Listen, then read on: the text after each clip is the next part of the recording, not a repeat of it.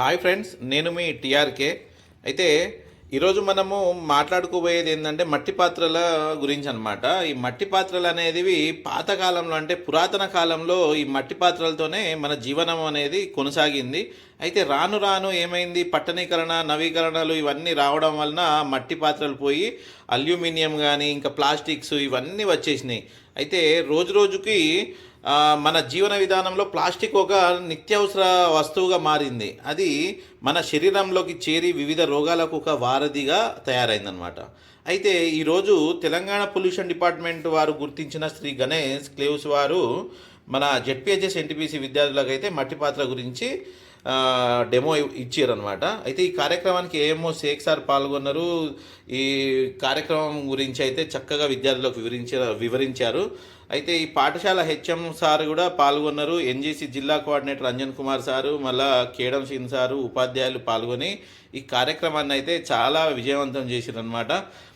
ఇంకో విషయం ఏంటంటే ఇప్పటి నుంచి నేటి బాలలే రేపటి పౌరులు అంటాం కదా, నేటి బాలలకే ఇలాంటివి వివరిస్తే ఏమైందంటే వాళ్ళు పౌరులుగా మారినప్పుడు ఈ వస్తువులను వాడకం ఏ విధంగా అనేది వాళ్ళకి తెలుస్తుంది. దీని ప్రాముఖ్యతను తెలిసి ఇలాంటి వస్తువులు వాళ్ళు వాడి ప్లాస్టిక్ వస్తువుల అల్యూమినియం వస్తువులు అలాంటి వస్తువులను తగ్గించుకునే వాళ్ళ జీవన విధానంలో తగ్గించుకునే మార్గం అయితే ఇలాంటి కార్యక్రమం ద్వారా ఏర్పడుతుంది అనేసి నేనైతే నమ్ముతున్నాను అనమాట.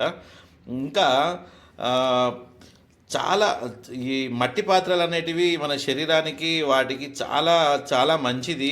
వీటిలోనే అన్నం తినడం కానీ ఇంకేమైనా నీళ్ళు తాగడం కానీ ఏ నిత్యావసర పనులైనా కానీ వీటితో చేస్తేనే మన ఆరోగ్యాన్ని కాపాడుకుంటామనేసి ఈరోజు ఈ ప్రోగ్రాం ద్వారా అయితే చాలా బాగా అర్థమైంది. కాబట్టి మిత్రులారా, మీకు ఇలాంటి పాత్రలు అంటే ఇలాంటి పాత్రలు తయారు చేసే కంపెనీలు 10 మాత్రం మన తెలంగాణ పొల్యూషన్ సెంట్రల్ గవర్నమెంట్ వాళ్ళు గుర్తించారు. వాళ్ళైతే ఈ పాత్రలు తయారు చేస్తున్నారు. పాత్రలు తయారు చేసేసి మార్కెట్లోకి అయితే రిలీజ్ చేసి వాళ్ళు అమ్ముతున్నారు అనమాట. కాబట్టి మీరు మీ ప్రాంతంలో ఎక్కడైనా ఇలాంటి పాత్రలు ఉంటే మాత్రం మీరు తీసుకొని అవి వాడడానికైతే మీరు స్టార్ట్ చేయండి. ఒకసారి ఆ వాడకాన్ని అయితే స్టార్ట్ చేయండి. మీకే అర్థమవుతుంది ఏ విధంగా ఉంటుంది ఏందనేసి. నేను కూడా నెక్స్ట్ తీసుకుందామనేసి అనుకుంటాన్నా.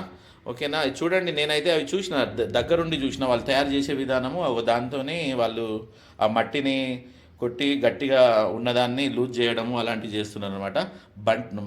మట్టి అయితే చాలా జిగురుగా ఉంది. మొత్తం ఇట్లా ఒక మన గమ్ ఉంటుంది కదా, గమ్ము లెక్కన అయితే మన చేతులకు అంటుకుంటుంది అనమాట.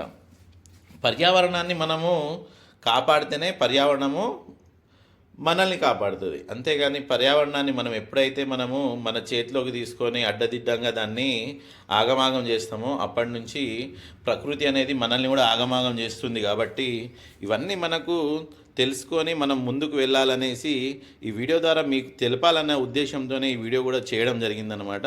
కాబట్టి మీకు నచ్చితే మాత్రం కంపల్సరీ ఈ వీడియోని షేర్ చేయండి, లైక్ చేయండి, ఛానల్ని సబ్స్క్రైబ్ చేసుకోవడం మాత్రం మర్చిపోకండి మిత్రులారా. ఎందుకంటే ఇలాంటివి మంచి మంచి మోటివేషన్, మంచి మంచి వీడియోస్ మీ ముందుకు తీసుకొస్తున్నాను, మీరు చూస్తున్నారు. ఇంకా మంచి వీడియోస్ రావాలి అంటే మన ఛానల్ని మీరు సబ్స్క్రైబ్ చేసుకొని లైక్